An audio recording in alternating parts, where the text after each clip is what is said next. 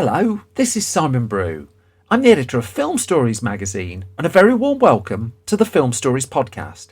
Now, I have to confess, I struggle sometimes to explain this podcast to people listening for the first time, so I've enlisted Sean Penn. Sean, how would you describe it? A profound life experience. Come with me. And I show you how deep the rabbit hole goes. And movies that had stories. That the story just sucks them in. This is just the beginning. Stories. We would be honored if you would join us. Hello and a very warm welcome to Film Stories with Simon Brew. I am Simon Brew. As always, that's absolutely everything you need to know about me. The aim of the podcast, though, well, the title gives it away. I'm here to talk of the stories of film, and I tend to talk about development stories, production stories, marketing stories, release stories, all the bits and bobs, really, that go to make the films that we know and sometimes love. Just that, the films that we know and sometimes love. The films I tend to cover in this podcast, they're more mainstream leaning than anything. They're films I'm interested in or invested in to some degree. I try not to do snark. I try not to punch down. Instead, I try to celebrate the fact that films are made, or in this case, oddly enough, that a film wasn't made, but I still primarily celebrating that films are made. It's really difficult to get them made. I kind of want to salute the fact that they exist. Without further ado, I'm going to start with the first of the two movies I'm talking about in this episode of Film Stories. Now, I'll start with the one that did actually happen. Let me take you all the way back to 1997. I'll play you a clip from a trailer, and I'll come to the story the other side of this.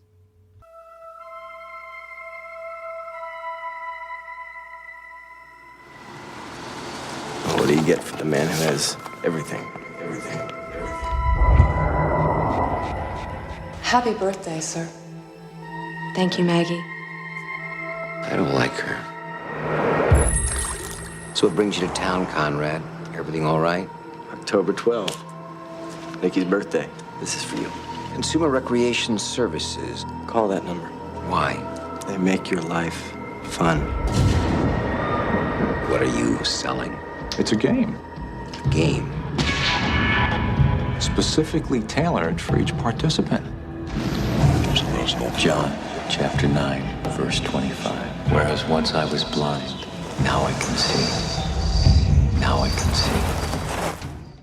That then was a clip from 1997's The Game, directed by David Fincher, written by John Brancato and Michael Ferris, and starring Michael Douglas, Sean Penn, Deborah Kara Unger, James Rebhorn, Peter Donat, Carol Baker and Armin Muller-Stahl.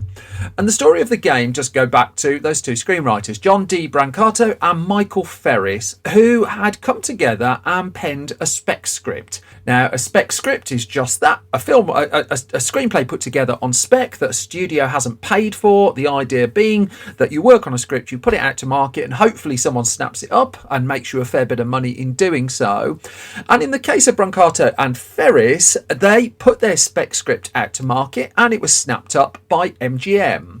They'd fashioned a thriller called The Game, and it was ultimately about a man who could afford everything, who's gifted for his birthday a game of the title that would change his life.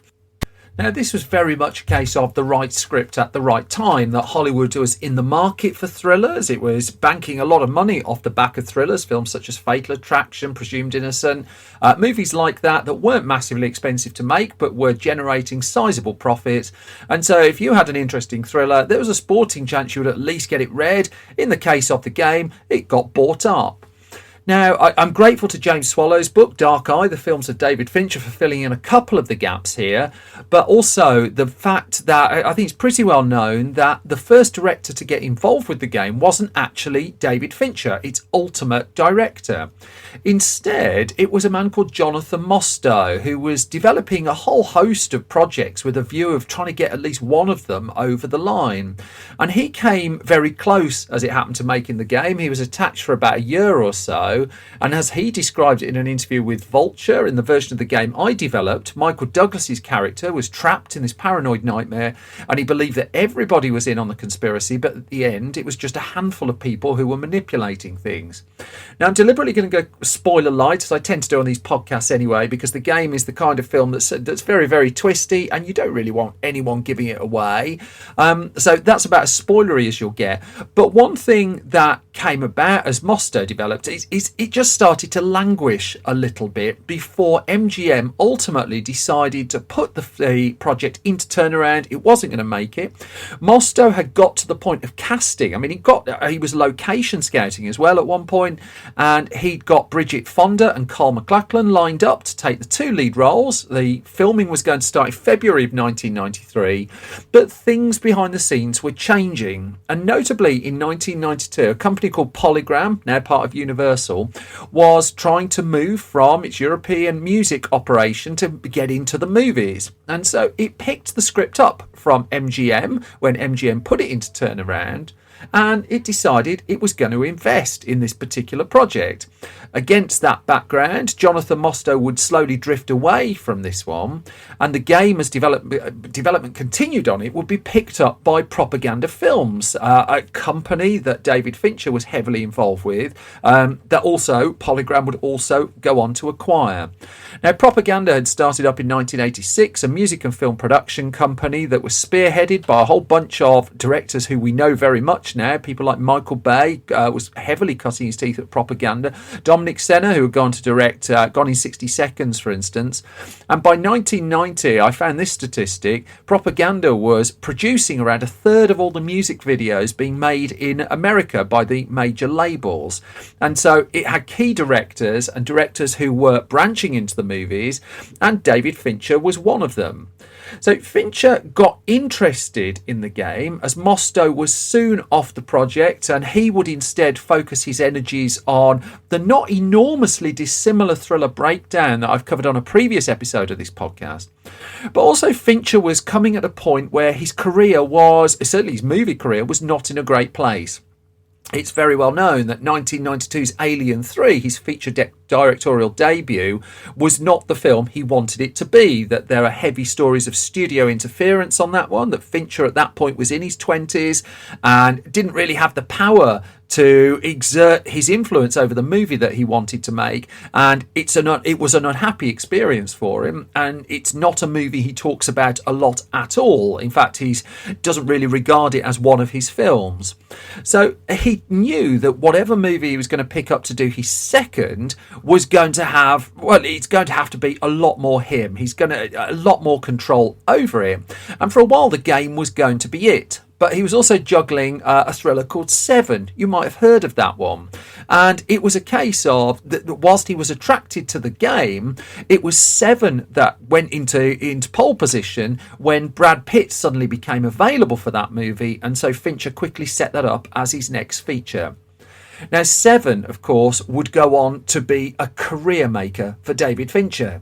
Released in 1995, it wouldn't only earn significant critical acclaim, it would also prove to be a sizable box office hit. And off the back of that, Fincher found himself a man very, very much in demand.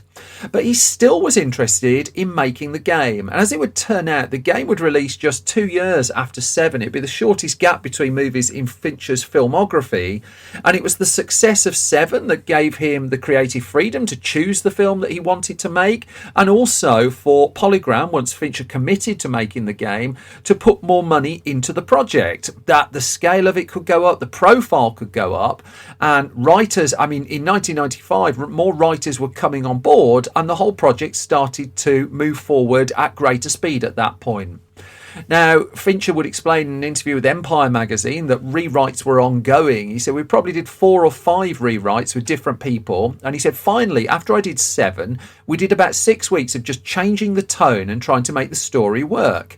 He explained that initially the person who perpetrates the game of the title was a university chum of the lead character, Nick Van Orton, and I just didn't feel there was enough backstory, so it's a pretty obvious change to make it into a brother, played by Sean Penn. But was it? was it that obvious a turn to make that character the brother? Because there were all sorts of bits and bobs going on there as well. So let's head to the Cannes Film Festival in 1996. And at that point, Polygram put out an announcement of the first major piece of casting for the game. And that was Jodie Foster. Now, Jodie Foster was to play the role that ultimately would be taken on by Sean Penn. And it would go through, inevitably, several changes to get to that point. It would also result in a lawsuit that on June the 6th, 1996, not long after the Cannes Film Festival, Jodie Foster took Polygram to court. Now, this was unusual for a couple of reasons. Number one, the very fact she was taking someone to court over a film that hadn't been made yet was a big deal. But also, she had a development deal at Polygram as well. Her Egg Pictures company was set up with the studio, but she was said to be furious with the way Polygram had acted over the casting of the game, and so filed a suit where, depending which source you believe, Entertainment Weekly had it at $54.5 million. James Swallow's book had it at $15.4 million. Nonetheless, it was alleged that by Foster that in November 1995, Polygram had made an oral agreement with her to co-star in the movie, and she was set to work 4 weeks on the project for a fee of $4.5 million and a chunk of the takings as well. What happened with Foster's involvement, as well as Fincher's, of course, is the profile lifts again, and she alleged that Polygram thus used that to lure Michael Douglas to take the lead role in the game, and Douglas was a huge coup for the game to get. Douglas, of course, had built his career on edgy roles and being able to turn them into commercial successes, and so he was perfect casting, really, for the film that Fincher wanted to make. But there was an 18-year age gap between Michael Douglas and Jodie Foster, and it brought with it disagreements over who should play what, how it should all be set up, as Entertainment Weekly reported at the time. Douglas wanted Foster to play the role of his sister. Foster wanted the character to be his daughter, and Polygram denied the allegations, and over time the role that Foster was due to play was instead retooled as, are you following this, as Michael Douglas's character's brother instead, at which point the role was offered to Jeff Bridges, who turned it down. Now, Fincher for his part argued there was a slightly different spin on the story, that he suggested that Jodie Foster's commitment to making the film Contact with director Robert Zemeckis was what made scheduling impossible. There was no falling out between Fincher and Foster, or if there was, it was short-lived because the pair would unite for the film Panic Room some years later. But Fincher was putting out the line that it was a scheduling clash that led to Foster's departure. Now, in Film and Video magazine, again around the time of the film's release, there would be another spin on it. And Fincher said when she expressed interest, we didn't have Michael Douglas or a final script. She just wanted to be in it. And Fincher argued, he said, I think it's a little distracting for the waitress in the film to be played by a two-time Oscar winner. So Foster, he says, called back and said, well, what if I play the brother's part? Would you rewrite it for me? I thought that was very interesting, Fincher said, especially as I have two sisters, so that made sense to me. Of course, everyone else, like Michael and Sean and producer Steve Golan, have brothers, and when Michael and Sean got involved, they're all going, how could you ever see it any other way? It's definitely a brother battle. And at that point, Fincher just ceded the point, okay, I believe you, but by that point anyway, Foster had moved on and was in the midst of shooting Contact. Sean Penn would come in and take that role on that was originally going to be played by Foster. Other bits of casting, well, Deborah Kara Unger had just made David Cronenberg's film Crash and submitted a sequence from that as part of her audition to land the role in the game. For Douglas's part, he would laud the script in press interviews for this one. Not least the fact that it's a very difficult movie to second guess.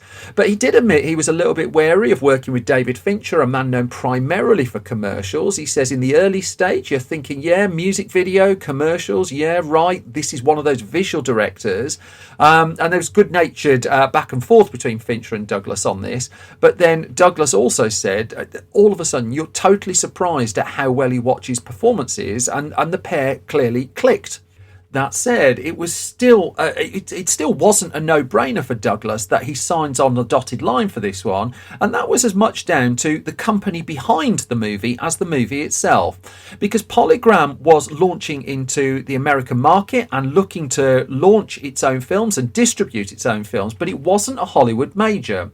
Michael Douglas's big hits had all been made for big studios, the likes of Warner Brothers, the likes of Paramount, and that's what he was used to, the machinery of a major studio that was able to sell a film.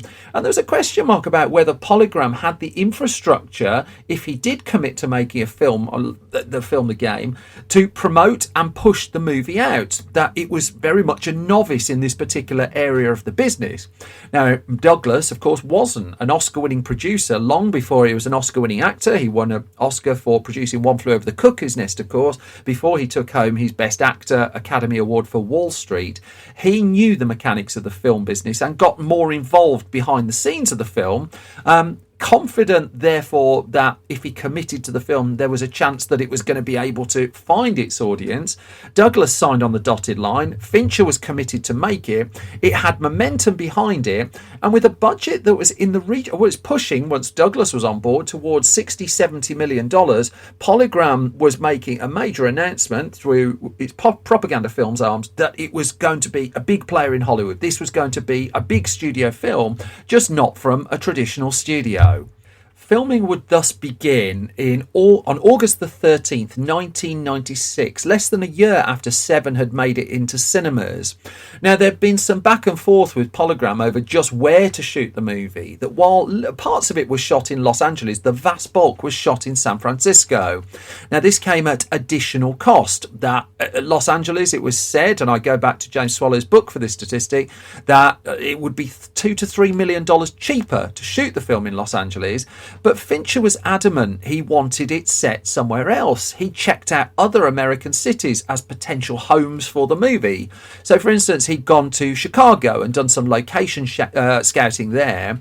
But what he found was that it didn't have the huge mansions they needed in close enough proximity to the centre of the city to make the story work. Thus, he tootled along to Seattle. He had a look there, but his problem with Seattle was he felt it was all a bit too new money, a bit too glossy, whereas there was something a bit more traditional about San Francisco, and that's where he would not only set the film, but he would also shoot the majority of it. He came into the production utterly prepared. He would say in interviews, as he's done several times, that the actual shooting of the film is his least favourite part of making the movie. But you won't be surprised to hear, if you're familiar with his work, there was lots that he was meticulous on. He was meticulous about the lighting, about getting the darkness right. I mean, a lot of the development work he'd done on the script and brought Andrew Kevin Walker in to do that late polish on it was to take it down a darker path, to make these characters just dislikable, but have them played by people who made them likable, and to put also all kinds of shades of grey in there, just to kind of keep the audience guessing as to which way everything was going to go. It presented a challenge and a half for the script supervisor on this one. That was Jamie Babbitt.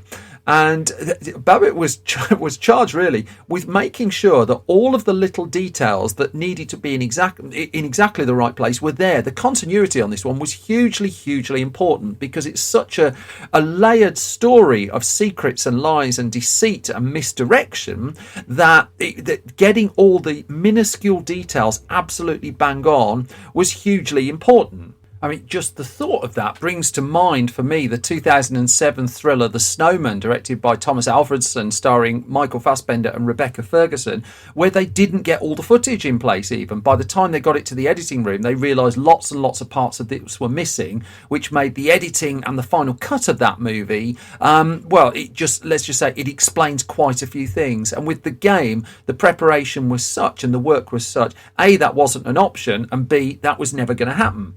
What was going to happen, in line with the way Fincher tends to shoot his movies, is he would gather a lot of footage, he would do numerous amount of takes, but also, notably on this one, well, the film would shoot for over 100 days. It would be an extremely lengthy shoot, given the kind of film that it was. That filming got underway, as I mentioned, in the summer of 1996, and it wouldn't wrap up until the start of 1997. Just to test the resolve of the cast and crew on this one as well, there were an awful lot of night shoots. If you've seen the game, you'll know quite a lot of it is in darkness or at night time, and the film production schedule had to accommodate that. Also, Fincher Fincher had explored the idea of whether it was possible to shoot the film sequentially, to have it all done in order, an idea that quickly had to go out the window, really, just by the logistics of a film shoot. And it got to a point where the ending of the movie was actually shot, about 3 weeks into that 100-day schedule. In fact, more than one ending was shot, and the alternative has turned up on assorted disc releases over the years. The movie would wrap up filming, and by the sounds of it, quite a happy shoot as well. I mean, Douglas and Fincher seem to get on throughout this one, and as much as Fincher would say that he dislikes the shooting of the film, there were actors. I mean, Sean Penn had been tabloid fodder for a while and had a reputation for being a little bit difficult. He'd also directed his own movies, and yet he too seemed to get on this one with bare little problem, and it all seemed to be in the can pretty much on time by January 1997, and so Fincher could take this one into post-production, and Polygram could set an autumn release date for it. This one was motoring along. The obstacle of Jodie Foster's court case, that was settled out of court in the end. I don't have the full ins and outs of the deal, but the fact that Fincher and Foster worked together again does tell you a little bit, I think. Also, Contact would release that same summer, the summer of that year, and would go on to be a good hit in a summer where there weren't a lot of good hits. In the case of The Game, though, that was scheduled for release September the 12th, 1997. That's when Polygram put it out for. And the response to the film was, it was pretty mixed. I'm going to come to the fact it's a little bit of the forgotten Fincher in a minute. But there was a critical response, I think, where people went in expecting it to be, for want of a better way of putting it, 7-2. Clearly better than Alien 3, not up to the standards of 7, and quite a cold film. It's certainly stylistically a cold film as well, deliberately so, and that really didn't play wonderfully with quite a few of the regular critics. Now, some people did really go for it, particularly praising the casting of Michael Douglas, the ambiguity of the plot, and not being able to second guess it. There was a feeling that if you saw the film once, that was, you just didn't need to see it twice. But I would suggest it's one of those, if you go back to, there are quite a few clues that are hiding around in this one, and in fact many subsequent disc releases have come out that have talked about that as well. But still, when it came to actually the release, the test was now for Polygram, could it distribute a movie and get a hit movie in the US? And the answer was, well, yeah, it sort of could. That the film had cost, as I mentioned, 60-70 million to make, and it had movie star expectations on it. On the flip side of that, it was released in the autumn of 1997. By releasing it in September, there's a tacit acknowledgement, really, that this isn't major blockbuster territory, but there might be a little bit of room to make a bit of money there. And The Game duly opened at number 1 at the US box office with $14.3 million, a good solid opening weekend, and comfortably the number 1 that weekend as well. The other films that were around were G.I. Jane, had been around for 4 weeks and was in second place with a $3.5 million gross that weekend. Just give you an idea of the gap, really. Other movies that were about, well, they weren't new releases, really. They were, apart from 2 very tiny ones, Different for Girls and Bandwagon, that sat in 19th and 20th place.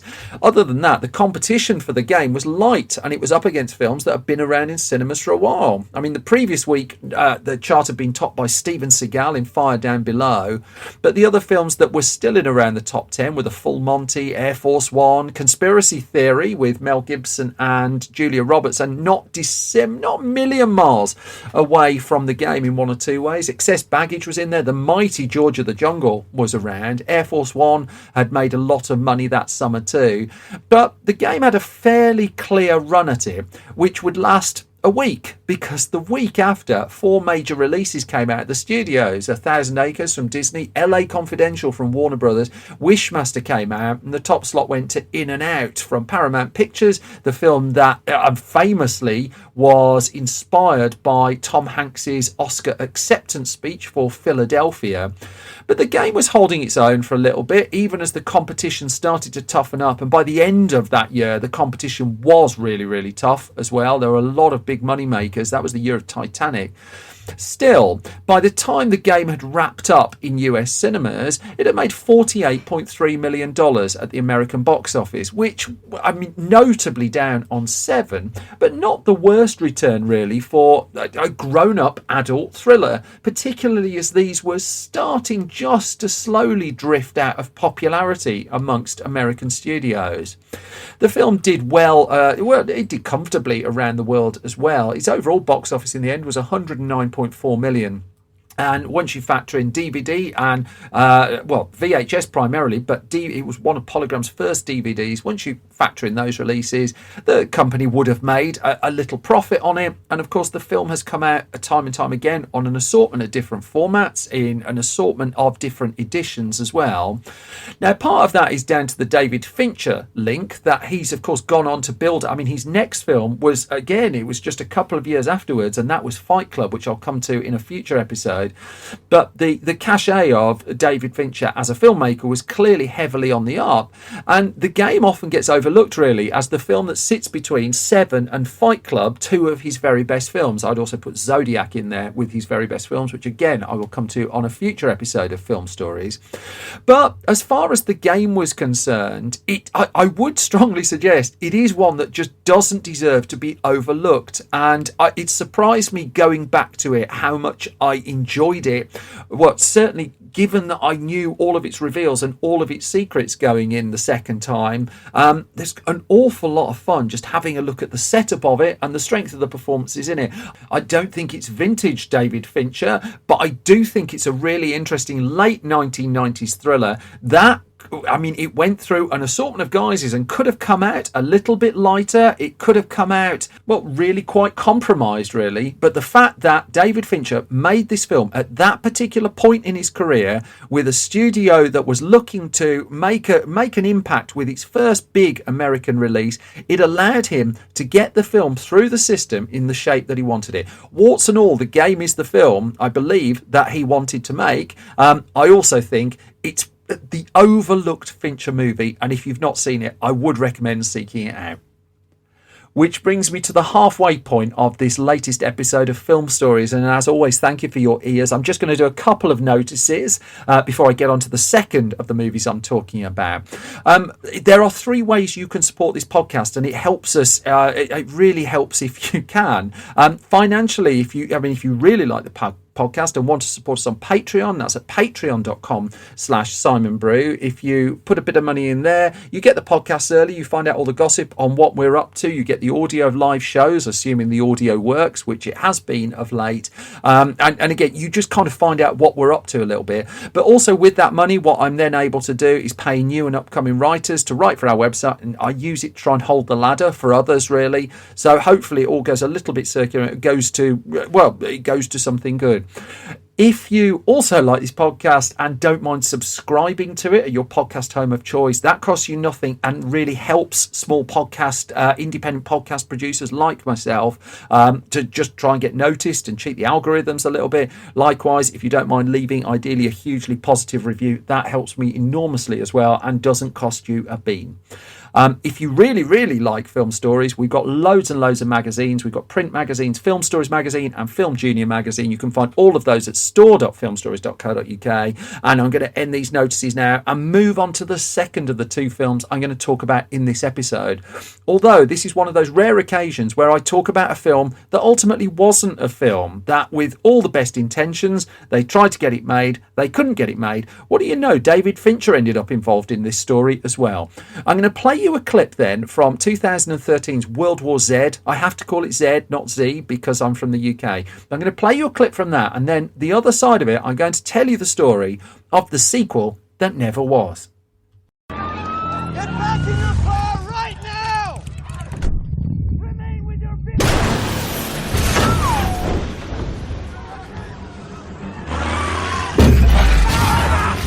What are we doing? It's our way out of here.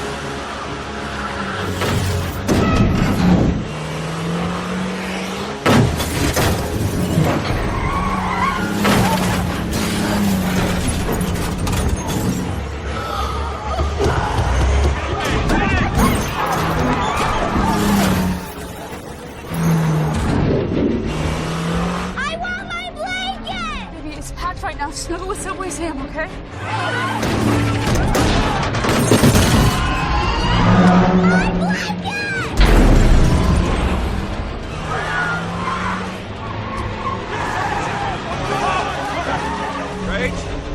Rachel, baby, you've got to get back in your seat. Baby, we need you. Get your belt on. Rachel, right now. Jerry? Rach, get your belt back on.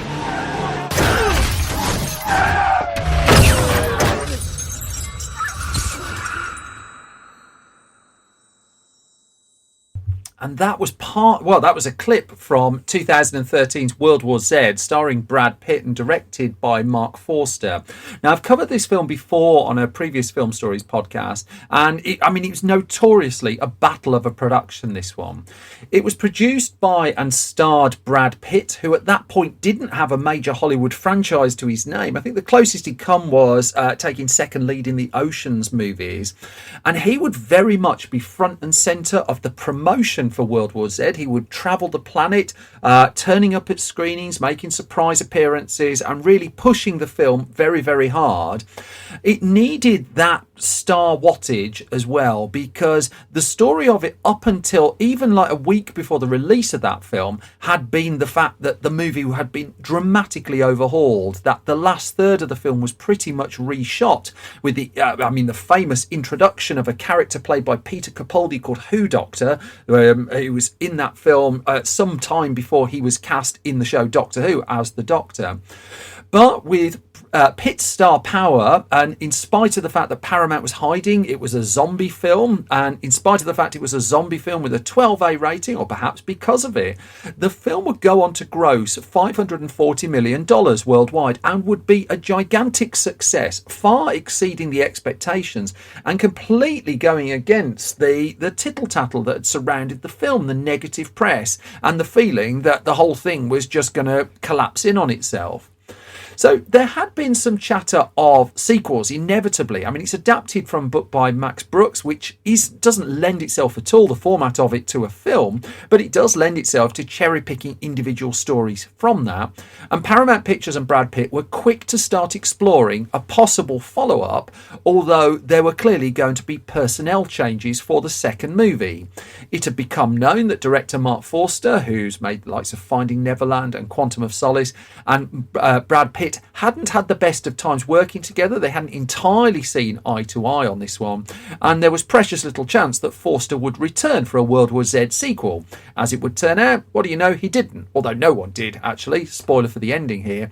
But around the time, months even before the first World War Z came out, Forster was giving interviews saying that the whole thing had been envisaged as a trilogy that would, quote, have the grounded gunmetal realism of, say, Matt Damon's Jason Bourne series, tethered to the unsettling and end times vibe of AMC's hit TV series The Walking Dead. And this was an interview given to the Los Angeles Times sometime ahead of World War Z's release. But in the aftermath of the release, Paramount was quick to want a sequel and get it moving. And so, notwithstanding the fact that there are already plans in place for some kind of trilogy, how quaint is that people just want a trilogy of films? Remember those days? Confirmation came in June 2013, weeks after the release of the first movie, that World War Z 2 was a thing. Paramount had greenlit it. Brad Pitt was going to return. He had a studio franchise of his own through his Plan B production arm as well. And this was going to press ahead and nothing could go wrong. So by December 2013, so we're only 6 months down the line, things were accelerating because in came the film's director. And that was going to be a man called Juan Antonio Bayona.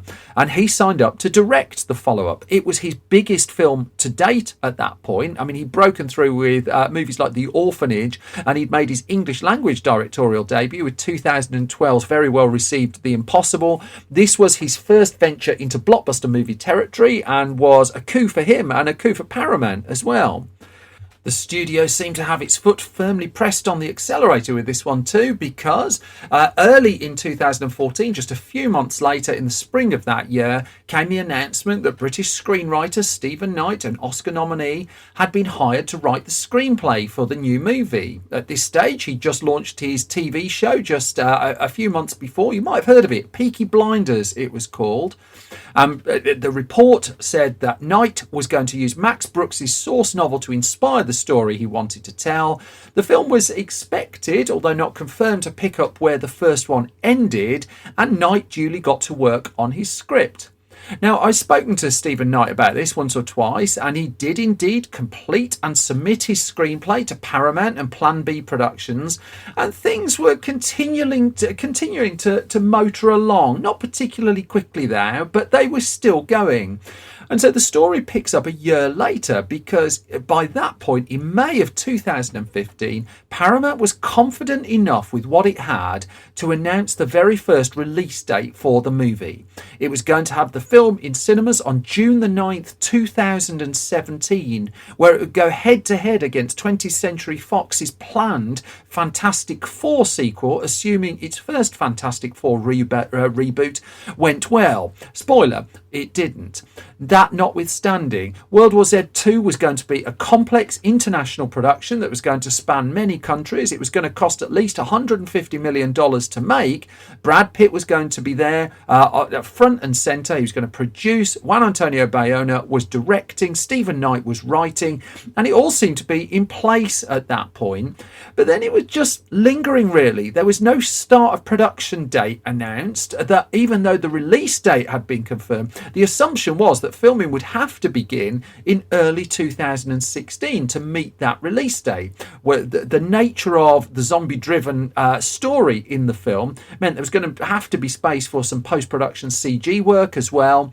And so the clock had started to tick. And problems were starting to surface by the autumn of 2015, just a few months after Paramount had announced that release date. Because there were two developments here. First one was a new writer was brought in, that Stephen Knight now wasn't penning the script for this, and in instead came Dennis Kelly. Now, Dennis Kelly, an excellent writer who had penned, he was involved in writing the musical Matilda. He'd also done the TV show Utopia, which David Fincher was going to take to America. That was the plan. But whilst Kelly's appointment was good news for the project, there was a threat to it, and that was the sequel to the smash hit Jurassic World. Now, Universal had enjoyed far greater box office receipts than it was expecting with its Jurassic Park reboot, belated sequel, however you want to describe it. But Colin Trevorrow, who directed Jurassic World, wasn't going to come back and direct the next movie that would turn into Jurassic World: Fallen Kingdom. One person very much on Universal's radar to take that mantle on was Juan Antonio Bayona, who was contracted to Paramount Pictures to direct World War Z 2. However, Bayona's head was turned a little bit by this, because World War Z 2 was just dragging its feet a little bit, and here was the offer to make a Jurassic Park film, and he was keen to make a blockbuster movie. His eyebrows were lifted on this one, and so Paramount had to act. And I'm speculating here, but the fact that Kelly was brought in at that point and there was fresh impetus for the World War Z project may well have been a reaction to the fact that Paramount was threatened with losing its director for the movie. Now, the plan at this point too was finally that the film was going to start shooting in early 2016, but then at the start of that year came the hammer blow that Bayona had dropped out of World War Z 2, that for whatever reason he'd managed to negotiate an exit from his contract, or Paramount hadn't met its contractual obligations to get the film moving in time. The bottom line was he was now going to make Jurassic World: Fallen Kingdom, and he couldn't make both of them. The schedules of the two films would overlap. Paramount wasn't going to wait for him to be finished with Jurassic World. And as Bayona would explain to Den of Geek, he said, we were working on World War Z 2 for around a year. We had a great idea. He said, we were very excited. We designed great set pieces and we were very excited with the direction we were taking with the film.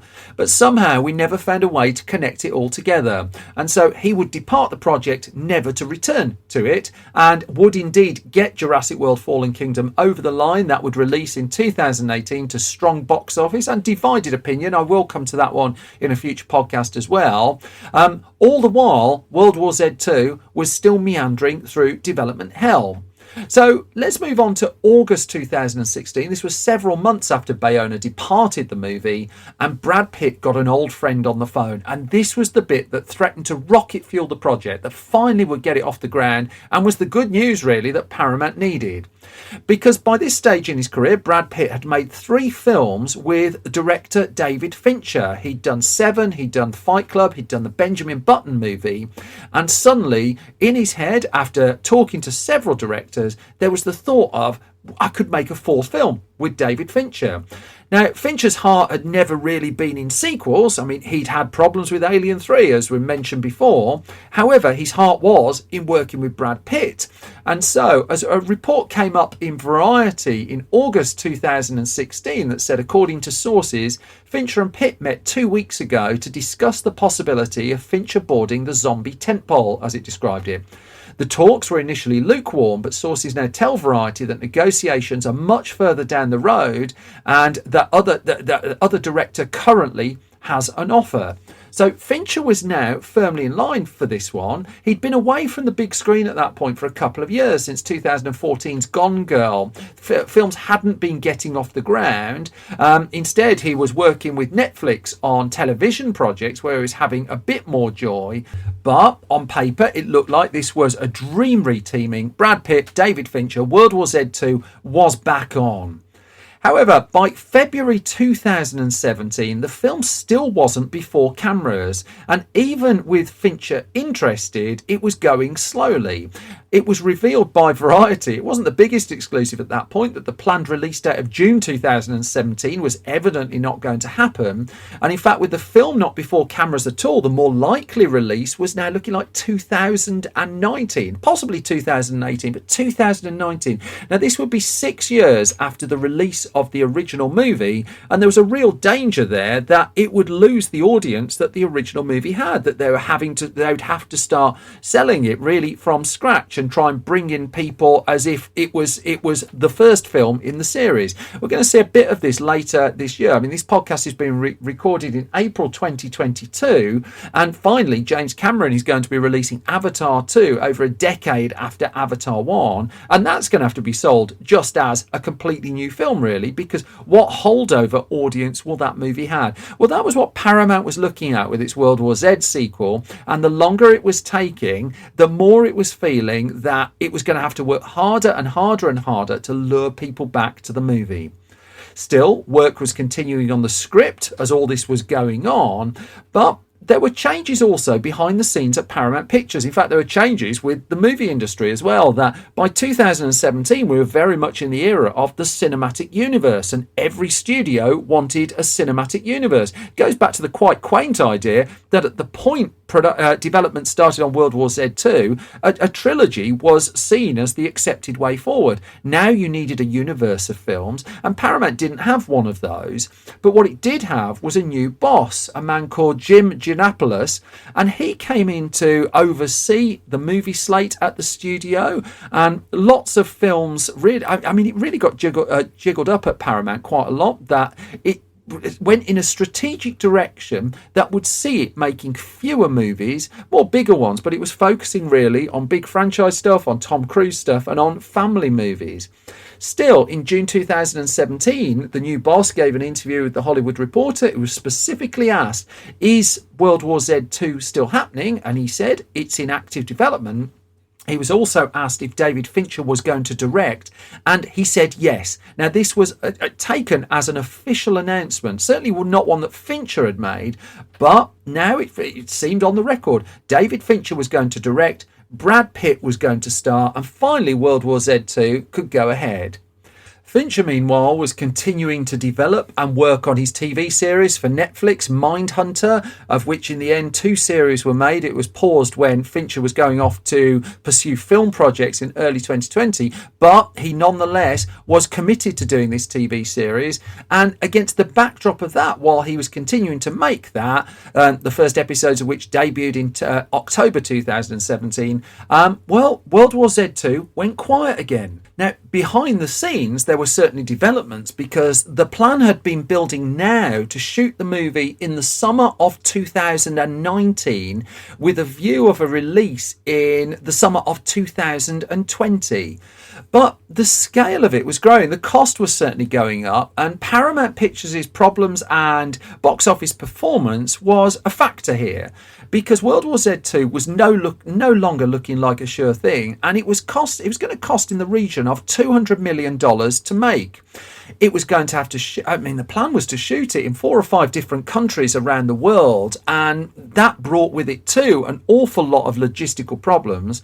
There was also the scrutiny of all the projects on the Paramount slate as it continued to go through management turmoil. It also was caught against a backdrop really of Hollywood changing, that Fox had sold to Disney. Disney was refocusing its energies on launching a streaming platform of its own. Netflix was rising. And where would a blockbuster like this really fit in? And ultimately, the fatal blow for World War Z 2, and there was still interest in the series. I mean, a video game had come out that had done well, but in terms of a second movie, it was in February of 2019 that things just came to an end. Now, at that stage, it's worth noting that money was still being spent. Pre-production work had actually got underway on World War Z 2 because they were going to shoot it that summer, and so the logistics of how they set up the shoot in various countries around the world, those were underway. There was scouting going on, and I mean, to all intents and purposes, it looked like it was going to press ahead. But then came the moment when Paramount pressed pause. That the size of the investment, the risk involved, the whole logistics of it all led to Paramount in February 2019 being reported as putting the project on pause. And it wasn't long after that came the news that the movie was, to all intents and purposes again, cancelled. Now, there was a lot of speculation as to just what the problem was there and why it was pulled. And so the Hollywood Reporter dug into this a little bit, and it noted that sources could not confirm what exactly the budgetary concerns were, and that was the story given for why the film was paused, other than the studio becoming more and more uncomfortable with where it was headed. Now, this was now from a Variety report. It said what those exact concerns were just weren't coming to light. And in fact, they didn't come to light, save for one thing, which I'm going to come to shortly. Instead, what happened was all that pre-production was cancelled, and David Fincher, who never made, to my knowledge, I couldn't find one, a public commitment to the film, concentrated on Mindhunter and then would go on to make Mank with Netflix, and now he's back making feature films with Netflix as well. But the theory that soon surfaced, that I just hinted before, was by 2019, because the film industry was changing so fast and because so many big films were struggling at the box office, you really needed the comfort blanket of a release in Chinese cinemas, and that could make or break a blockbuster. If you go to the first Pacific Rim movie, for instance, that was made, the very fact a sequel came along was because the first film did so well in China. Michael Bay's Transformers film would do really well in China, but not every Hollywood movie could secure a Chinese release. World War Z 2 could not. And Paramount had been banking heavily on the international appeal to power the movie, but certainly as it had done with the first one. But what it hadn't contended with was a ban from the Chinese government on films that featured zombies and ghosts. Now, this was a pretty blanket ban, and it was clear it was going to affect World War Z 2, and it cut off any chance of the film getting a release in China.